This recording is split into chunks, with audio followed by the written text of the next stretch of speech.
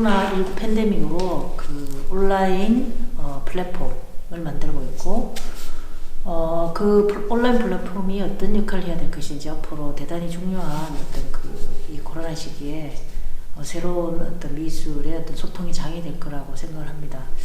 우선 그 이번 전시 그 기획이라든가 이렇게 그 작가들과의 미팅을 하면서 느낀 것은 온라인이라고 하는 어떤 그 시스템을 통한 소통의 방법을 어떤 변화시키기 위해서 다양화시키기 위해서 제가 그 90년대 후반, 2000년대 초반 그런 몇몇 노력들을 했었죠. 그 사이버 갤러리를 잠시 한 적이 있었는데 그때는 굉장히 열악한 어떤 방식이었지만 그래서 디자인을 하나하나 다 만들고 뭐 이런 어떤 다가 제가 또 이제 그때 갈등을 한참 했었죠. 그 계속 공부를 할 것인지 일을 할 것인지.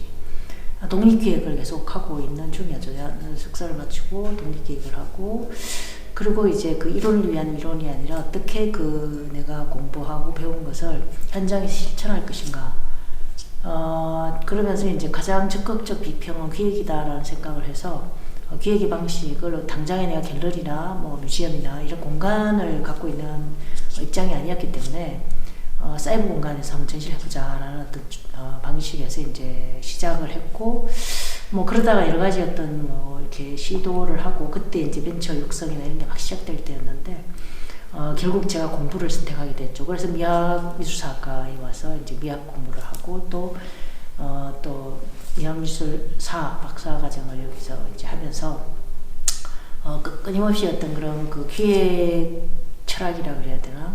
미술이 왜 어떤 그 오늘날 그 이 현대미술이 왜 필요하고 어떤 부분에서 그것이 대중과 소통을 해야 되고 작가 역시 작가이기 전에 감상자고 그러한 감상 추창조를 통해서 다시 그것이 창작 활동을 이어지는 이런 순환관계에 있다고 생각합니다.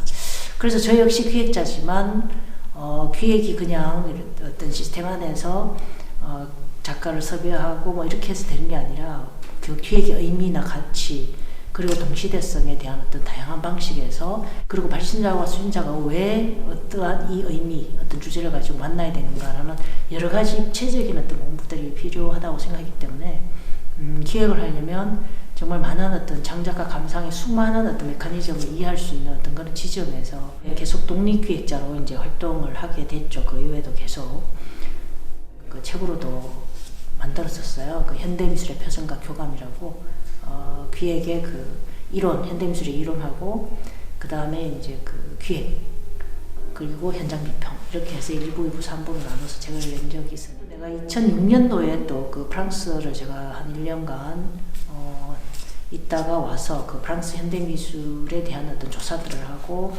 디렉터들을 만나고 인터뷰를 하고 그러면서 파리, 프랑스 같은 경우는 어떻게 이 파리를 중심으로 또 지역 문화와 어떻게 연계된가라는 부분에 대해서 제가 또 조사를 하게 됐습니다.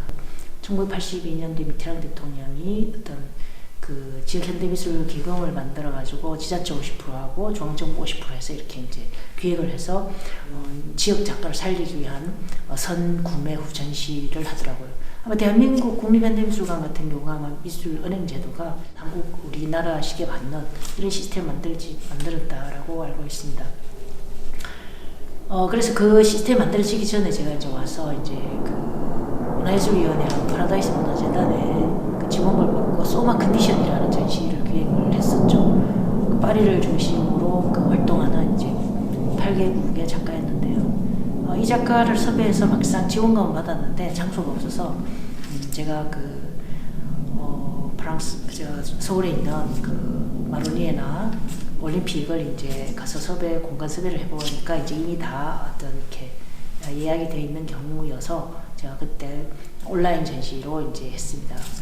그래서 그때 이제 그 소마 컨디션이라고 하는 그 주제에 대한 컨셉을 마네 불바디의 식사로 이제 설정을 해서 가상 그 갤러리가 만들어졌는데 거기 8명의 작가 이제 그 작품이 전시가 되고 그곳에 이제 이렇게 파티가 열리고 리셉션이 있는데 그 벽면에 걸려진 가상 공간에 작품을 클릭을 하면 그 작가의 작품을 볼 수 있는 그런 방이 나와서 그 자료가 나와서 그것을 이제 볼 수 있는 이런 방식으로 됐었습니다. 그래서 지금 그게 2006년도였었는데 지금 이제 2020년, 그러니까 14, 5년이 지났죠. 그래서 그 사이에도 지금 굉장히 많은 어떤 변화가 있었고요. 나는 이제 뭐 그 이후에 중국 현대미술이라든가 청년 작가, 장년 작가들의 어떤 교육들을 계속 해오면서 인큐베이팅 프로젝트로 이제 젊은 작가 작업을 같이 호흡하면서 어떤 계속 토론 워크샵을 하는지 하는 이런 프로젝트도 했었고요. 그리고 이제 영프로 뭐 이렇게 해서 젊은 작가들하고 다양한 어떤 그런 소통이나 그리고 이제 콜라보라든가 뭐 장르 간에 그런 여러 기획들을 하다가 이제 지금 이제 또 2020년에 이제 올 초에 이제 코로나가 왔고 이 코로나에 과연 이게 전부 어떤 방식으로 소통해야 될 것인가 이런 어떤 우왕좌왕하는 이런 상황 속에서 결국 제가 생각하기에 온라인 전시는 이제 필연적인 것이 되는 거죠. 그래서 이제 오프라인과 온라인 안에서 어떤 유의적절하게 우리가 그 소통 방식의 어떤 그 기법, 우리가 예술이 무엇을 통해서 뭘 보여줘야 된가라는 문제에 대한 기본적인 어떤 그런 컨셉이라든가 의미라든가 가치를 창출해낼 수 있는 어떤 그 지점에 작가가 가지고 있는 호흡하는 그런 창의적인 어떤 그런 것이 거기에 어떻게 투영되어서 하나의 작품으로 나오는가. 그렇게 나온 작품 우리는 어떻게 보고 감상하고 또 그것이 어떤 상상의 문을 열어놓는가. 결국 예술이라는 것도 현대인의 거울이라고 할 수 있습니다. 작가가 있는 거죠. 동일한 어떤 물감, 재료 혹은 오브제를 가지고도 어떤 작가가 그것을 해석하고 자신의 언어로 그게 투사를 시키느냐에 따라서 전혀 다른 의미가 될 수 있다는 겁니다. 그래서 온라인 전시라는 것이 가지고 있는 여러 가지 어떤 지금 혼돈의 상황이기도 합니다. 기존의 온라인이라고 하는 것은 이제 이 포스트 코로나라고 하는 이 팬데믹 이전에 우리는 미술관이나 갤러리나 대부분 홍보용으로 오프라인 전시를 어떤 중계하거나 홍보하는 차원에서 이제 이게 활용이 되었다면 지금은 이제 그 두 가지가 다 돼야 되는 거죠. 근데 그 온라인 자체안의 기획을 지금 우리가 하고 있는데 온라인 자체안의 기획이 되는 것은 그러면 오프라인 없이 온라인에서는 어떻게 할 것이냐. 단지 그냥 홍보라든가 전시 이미지를 전달하는 이런 방식의 역할을 할 것이냐. 일정한 감상자가 모니터나 휴대폰 안에서 바라보는 그 크기만큼으로 축소되거나 그렇게 돼서 어떤 크기도 보여지는 것에 따라서 동일한 방식으로 이렇게 전달이 되게 된다는 거죠. 그러다 보니까 현장에서 미술을 감상하는 것에 비해서 대단히 많은 다른 방식의 어떤 그 언어로 이게 달라지는 경우가 굉장히 많이 있다는 거죠. 이런 부분은 온라인 안에서 어떻게 그 갭을 극복하고 온라인 자체 안에서 이게 전시가 될 수 있도록 만들어 갈 것인가 라는 부분에 대한 고민들을 많이 했습니다. 네, 온라인 이번 전시의 그 가장 중요한 그 하이라이트가 전시 기획이라고 할 수 있습니다. 전시 기획에서 이제 청년 작가, 그러니까 20, 30대, 그리고 30, 40대, 그리고 50, 60대하고 원로 작가 이렇게 나눠져서 이제 기획이 됐습니다. 먼저 5명으로 구성된 그 청년 작가들, 20, 30대 작가들 보면요, 그 주제가 이제 경험적 감각이라는 주제 안에서 이제 각자 5명의 작가들이 각자 가지고 있는 작업적인 어떤 그런 특징들을 드러내고 그것을 온라인상에서 다시 이렇게 자신의 언어로 그 영상과 페인팅이라든가 그다음에 설치 뭐 이런 방식으로 이제 보여주는 전시였었어요. 그 5명의 작가들이 가지고 있는 그 경험적 감각이 어떻게 그 기존의 그 전시, 오프라인 전시를 단지 그 홍보나 소개하는 그 영상이 아니라 기획이 됐는가라는 부분은 아마 보시면 아시겠지만 그 신명준 작가 같은 경우에는 화이트 큐브를 상징하는 이제 벽돌에 하얀 페인팅을 칠하고 그것을 조그만하게 그 설치를 합니다. 마치 그 갤러리 어떤 그 화이트 큐브의 공간처럼 쌓아서 그리고 거기 안에 이제 녹색 스크린이 있고요. 어떻게 보면 그 영상이라는 것은 시간 예술이기도 하지만 결국 그 페인팅이나 이런 작품들은 공간적인 어떤 그 정지되어 있는 하나의 그 화면만 보이게 됩니다. 그래서 이러한 부분이 어떻게 그 한 겹 한 겹을 벗겨서 어떤 시간이라는 부분을 연결시킬 것이냐라는 부분에 대해서 페인팅하는 작가들이 특히 고민을 많이 했었죠. 그래서 신영준 작가가 그런 화이트 큐브를 상징하는 이런 방식의 어떤 그런 벽돌로 작은 어떤 영상의 어떤 공간을 만들어서 그것을 그린이라고 녹색 그 스크린으로 보통 일반적으로 우리는 스크린이면 화이트인데 그 녹색으로 이제 바꿔놓고 그 녹색이 바다로 스크린이 되고 그것이 다시 이제 전체 화면의 모니터로 꽉 차는 우리 앞으로 다가오고 그것은 일반적으로 이제 모니터 안에서 우리가 볼 수 있는 전체면을 이제 나타내는 거죠. 이런 방식으로 이제 작업을 했습니다. 그래서 이 그 현수아 작가 같은 경우에는 한 선 하나하나를 이렇게 긋고 그림을 드로잉을 하듯이 그것이 다 이렇게 그려지고 다시 이제 그 지금 코로나에서 멈추어 있는 그 버스 정차되어 있는 버스가 다 이렇게 한 곳에 이렇게 몰려서 정차되어 있는 거죠. 이렇게 운행을 나가야 되지만 지금 운행을 나가지 못하는 그런 어떤 버스들을 그 정차하고 있는 버스들을 이렇게 그렸습니다. 거기에서 이제 색들이 이렇게 입혀지고 그리고 거기에서 어떤 그 차들의 어떤 소리가 소음들이 들리고 그런 청각적인 것 그리고 다시 이제 그러한 그림을 시간적인 개념을 통해서 이제 다시 코로나가 지나고 이제 시동이 걸려서 빨리 그 차들이 나왔으면 좋겠다라는 그런 어떤 바람까지 담아놓은 이런 어떤 방식의 영상이었고요. 박규석 작가의 작품은 이제 박규석 작가는 이제 페인팅을 전공한 친구인데 이 작가는 자신이 가지고 있는 이제 완성된 그 페인팅에 가지고 있는 거기까지의 어떤 심리적이고 그런 어떤 감각적인 요소들 이런 부분이 자신의 삶의 일상 속에서 어떻게 그것이 인풋이 되어서 자기 회화 작품으로 갔는지 이런 부분에 대한 어떤 것들을 공간과 시간적 개념으로 그 장소와 그런 느낌 자신이 작업에 대한 아이디어를 이렇게 구상하고 생각하고 그리고 이제 또 이렇게 그 자신의 삶의 어떤 주변 작업실 주변에서 산책을 하고 그러한 그 풍경과 심리적인 어떤 현재 실제의 어떤 풍경과 자신의 어떤 심리적인 것들이 교차하는 그 지점에 대한 부분을 영상과 어떤 시간적인 어떤 이미지로 통해서 마지막 페인팅으로 완성된 이런 방식을 보여주고 있습니다. 그리고 이제 그 신준민 그 작가 같은 경우에는 이제 그 페인팅 작가인데 이 작가는 그 자신의 작업실에서 이제 그 계속 작업을 하고 있는 그 흔적들, 그 과정들이 이제 이렇게 하얀 캔버스에 자신이 작업을 하기 위해서 현재 이루어지고 있는 풍경들. 그러니까 이 작가 같은 경우에는 완벽하게 어떤 그 추상적인 작업도 아니고요. 그리고 그 어떤 대상들을 완벽하게 사실적으로 표현하는 것도 아니고 어떻게 보면 도시의 어떤 풍경이라든가 자신 삶의 주변들이죠.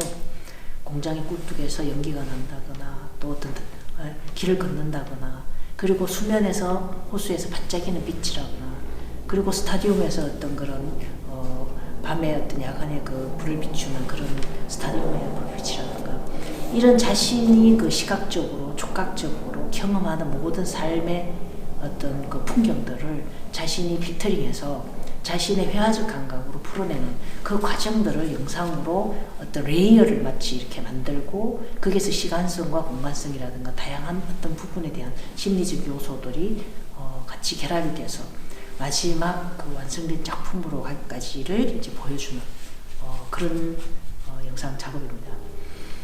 그리고 또 이제 그 권효정 작가가 이 경우에는 사실 그 우리가 그 생명이 가지고 있는 어떤 그 공간적 한계라든가 그리고 최소한의 생명에 필요한 어떤 요소가 있는 거죠. 그래서 이 작가 같은 경우에는 어떻게 보면 어떤 공존이라고 하는 어떤 주제를 가지고 그것이 이렇게 공존이 될 수 있는 수직과 수평일 때 어떤 특정한 어떤 장소 안에서 생명에 필요한 가장 최소한의 어떤 요소인 물 이러한 부분들이 어떤 수직과 수평일 때 어떤 방식으로 이 물리적인 유동적인 이런 것이 움직이는가라는 문제예요. 그래서 세로로 있었을 때 그것이 점점점 내려가고 나중에 사라지게 되면 위에 있는 생명은 죽게 되는 거죠. 그 어떤 호흡할 수가 없는 지점.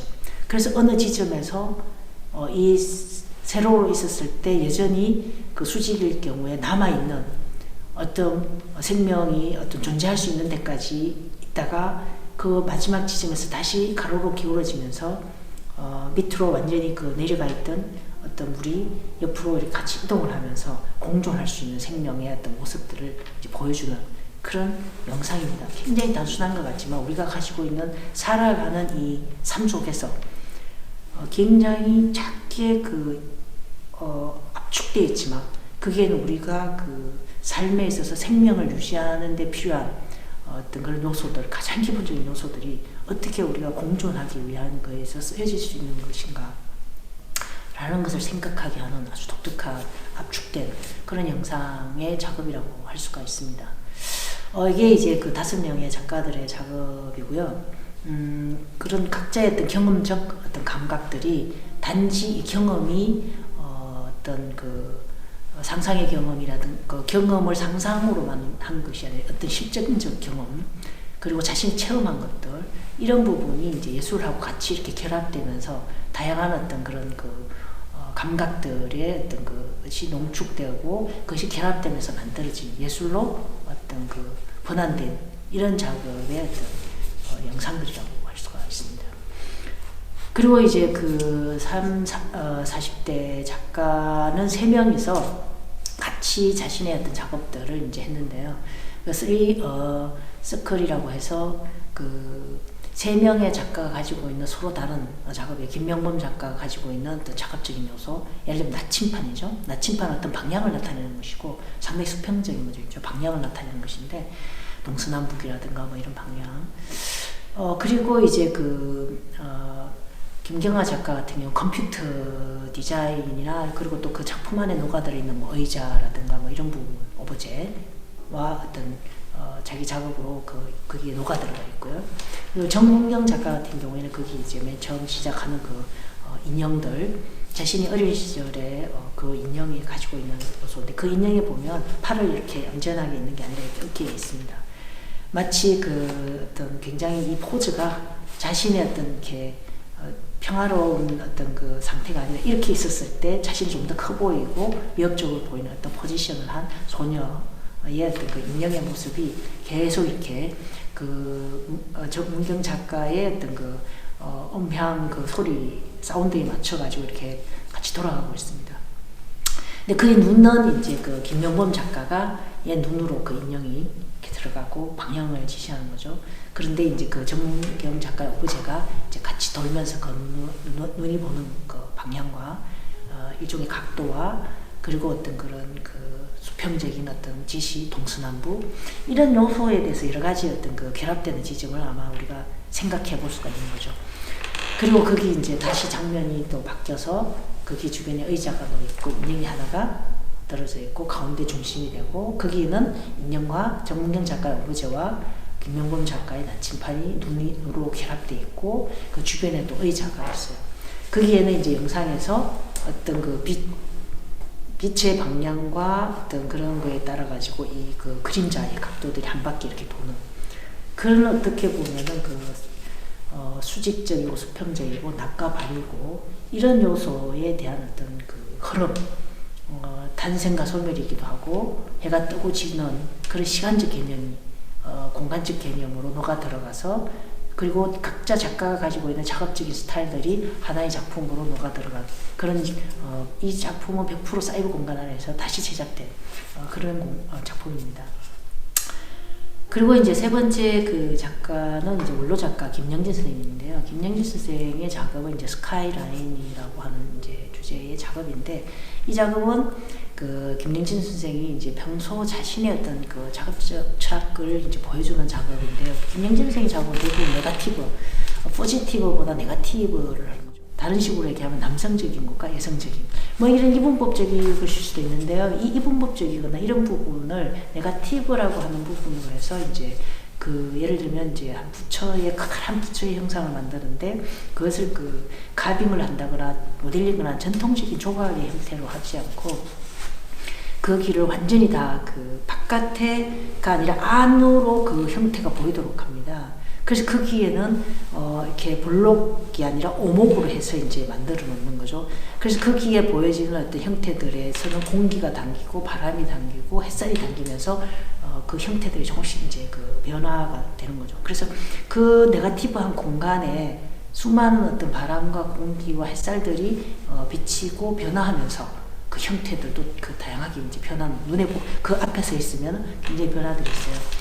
그래서 김영진 선생님이 그러한 철학들이 네거티브가 결국 이 자연을 바라보는 거에 있어서도 이제 나타나는데요. 그러나 이 선생님이 얘기하는 그 네거티브가 그냥 온전히 네거티브가 아니라 안과 밖이, 이쪽과 저쪽이 남과 서천과 연색이 같이 크로스되고 그것이 어떤 연결되는 어떤 고리의 지점에 있다는 거죠. 서로가 서로를 어떤 결핍을 채워주는 어떤 요소라고 해야 될까? 그래서 이번에 스카이라인 같은 경우에는 이제 그 땅이라고 하는 어떤 지구의 어떤 그 있는 산의 능선들, 이 선들이 그 뒤에 보이는 하늘을 어떻게 보면 공이 아무것도 없는 것일 수가 있는 거죠. 공기고 바람이고 우주에 멀리는 우주일 수도 있고. 그런데 이 그 산의 능선들이 그 선이 생기는 거죠.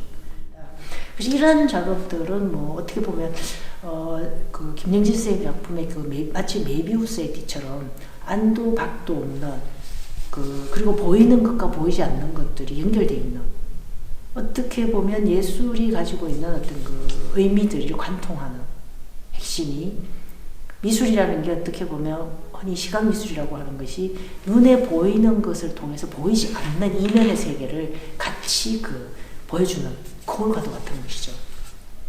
그런 것을 보이는 것과 보이지 않는 것이 낮과 밤이 이렇게 마치 메비우스의 띠처럼 연결되어 있듯이 그런 방식의 어떤 철학을 보여주는 그런 시각적인 요소가 이제 스카이라인 작업이 된 겁니다.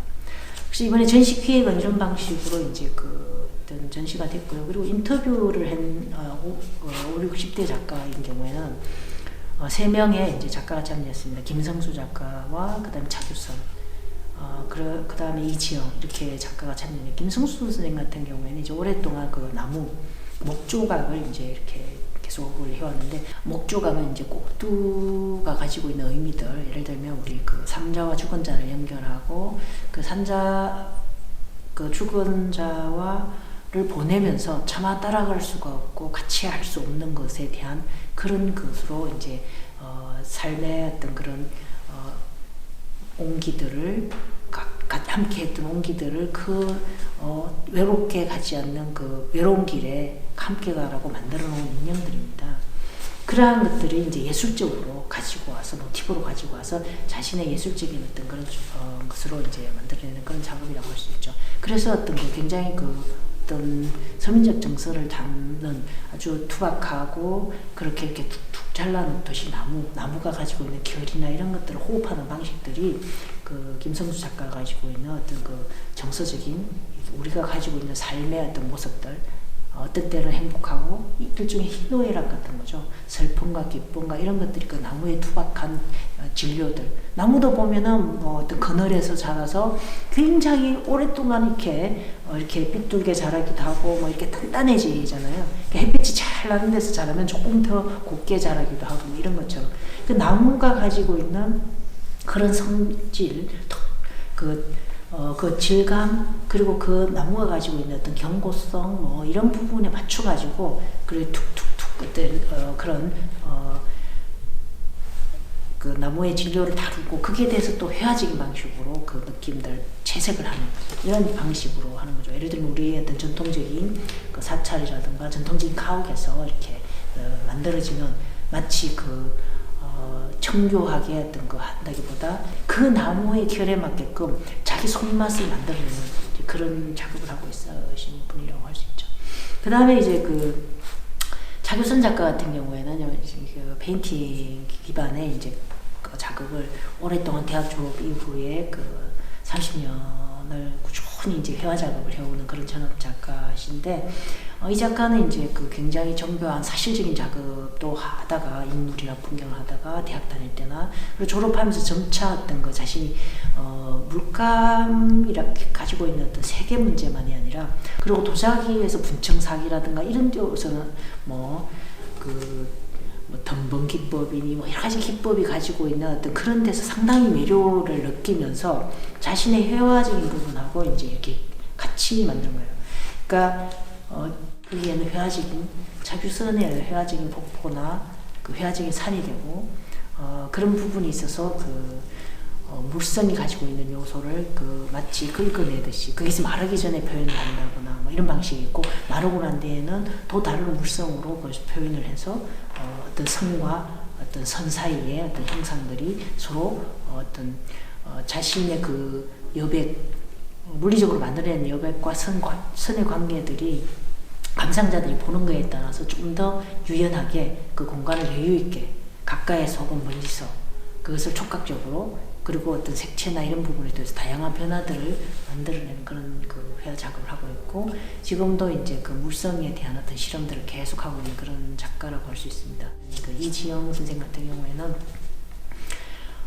독일에서 오랫동안 이제 유학 생활을 하고 또 이제 한국에 와서 자신의 어떤 그 사진 작업을 하고 있습니다. 이지영 작가 같은 경우의 어떤 사진은 매우 그 평범하고 우리가 일상 속에서 볼 수 있는 어떤 그 풍경이지만 그 풍경이 어딘지 모르게 굉장히 어떤 그 낯설고 굉장히 평범하지만 낯설고 그러나 또 자신의 어떤 베이스가 대학 때 전공이 회화다 보니까 굉장히 회화적인 색과 질감이라든가 이런 부분에 대한 어떤 그 이미지를 표현하는 방식에 있어서 상당히 독특한 그만의 어떤 감성들을 갖고 있습니다. 예를 들면 자연적인 것과 인공적인 것의 어떤 관계, 어떤 경계들, 시골이지만 시골의 어떤 풍경에서 주는 어떤 인공성, 그리고 이제 자연이지만 그 자연이 가지고 있는 것에 있어서 인간적인 어떤 그런 어떤 손길들이 미쳐 있거나 다 있는 이런 지점들. 도시이지만 도시 속에서 어떤 오랜 시간의 흔적들이 녹아들어 있는 그런 어떤 지점들이라고요. 그래서 어떤 그 이지영 작가가 보는 어떤 그 프레임 안에 카메라 렌즈 너머의 세계는 그 프레임 안의 세계는 뭐냐? 결국은 어떤 인간의 손길이나 이러한 부분이 다 있는 그런 여러 가지 어떤 그 문화적인 어떤 그런 코드들. 그것이 자연과 결합되는 지점, 또 도시 속에서 버려지는 어떤 요소의 지점들.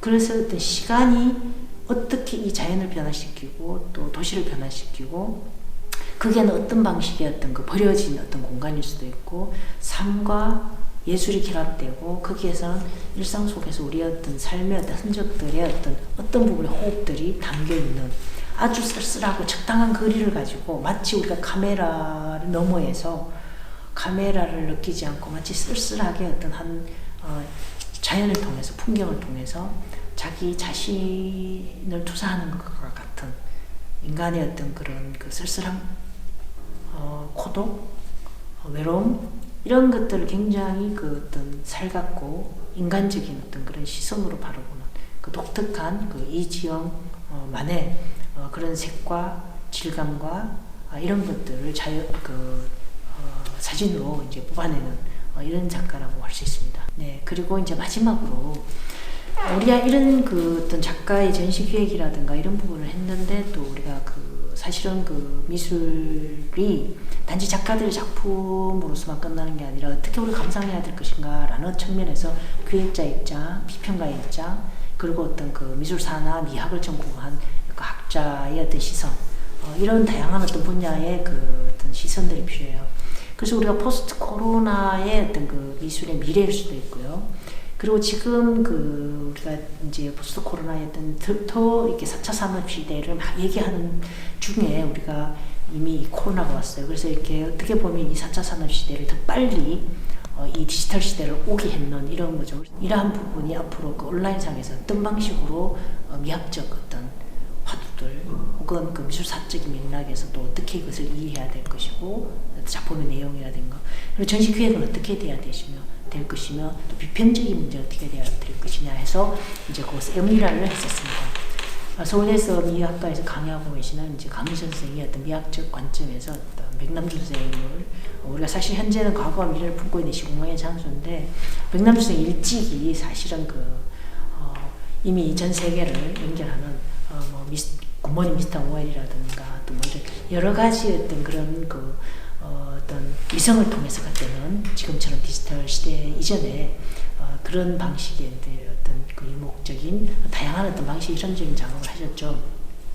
그 부분에 대해서 이제 그 음악과 뭐 이렇게 연관해가지고 또 음악가들이 했던 그런 표기법이라든가 이런 것처럼 미술의 어떤 그런 표기법, 뭐 이렇게 드로잉이 될 수도 있고 뭐 이렇게 어떤 그 작가의 아이디어가 어떤 드로잉으로 나타난다거나 뭐 이런 게 표기법이 될 수 있을지 모르지만 어쨌든 거기에 대한 아주 그 흥미로운 어떤 그런 부분에 대한 발표를 하셨고요. 그 다음에 이제 그 구나연 선생은 이제 그 미술사를 전공하신 분인데 우리가 사실은 그 영상이나 미술관이 가지고 있는 어떤 그런 그 플랫폼이 앞으로 큰 어떤 그 전시, 비엔날레라든가 뭐 이런 큰 어떤 전시들에서는 영상이 너무 많은 길게 나오죠. 이런 부분에서 그러한 부분을 어떻게 우리가 다 소화하고 볼 수 있는가라는 부분에 대한 어떤 그 플랫폼의 필요성 같은 거를 아주 그 의미 있게 얘기를 하고 있어서 꼭 들어가서 또 이렇게 구나연 선생님 발표를 들으신다면 아마 이후에 우리가 어떤 방식으로 이제 미술관의 역할이라든가 또 그런 플랫폼의 역할이 왜 또 중요한가, 이 포스트 코로나 시대에 상당히 중요한 의미 있는 발표였습니다. 그리고 또 이제 배태주 선생님 같은 경우에 이제 실기도 하고 이론도 하시면서 또 철학도 전공하고 계시는 선생님은 이제 비평 활동도 하고 계세요. 그래서 비평적 관점에서 사실 이 포스트 코로나의 이 미술이 사실은 어떻게 보면 기술적인 문제가 어떻게 예술이라는 부분을 담아낼 것인가라는 부분에 있다는 거죠. 어떻게 보면 기술인지 예술인지 모르는 어떤 그런 부분에서 우리가 예술이 끊임없이 기술적으로 재해석되고 복제되는 예술, 그래서 어떤 주체가 사라지고 오히려 타자화된 이런 예술에 대한 어떤 그런 우려, 이런 부분을 굉장히 흥미롭게 이제 발표를 해 주셨습니다. 그런 부분에서 이제 뭐 다양한 발표가 있을 거예요. 우리가 포스트 코로나의 어떤 뉴비전에 대한, 뉴노멀에 대한 이런 어떤 화두들이 계속 진행이 될 텐데요.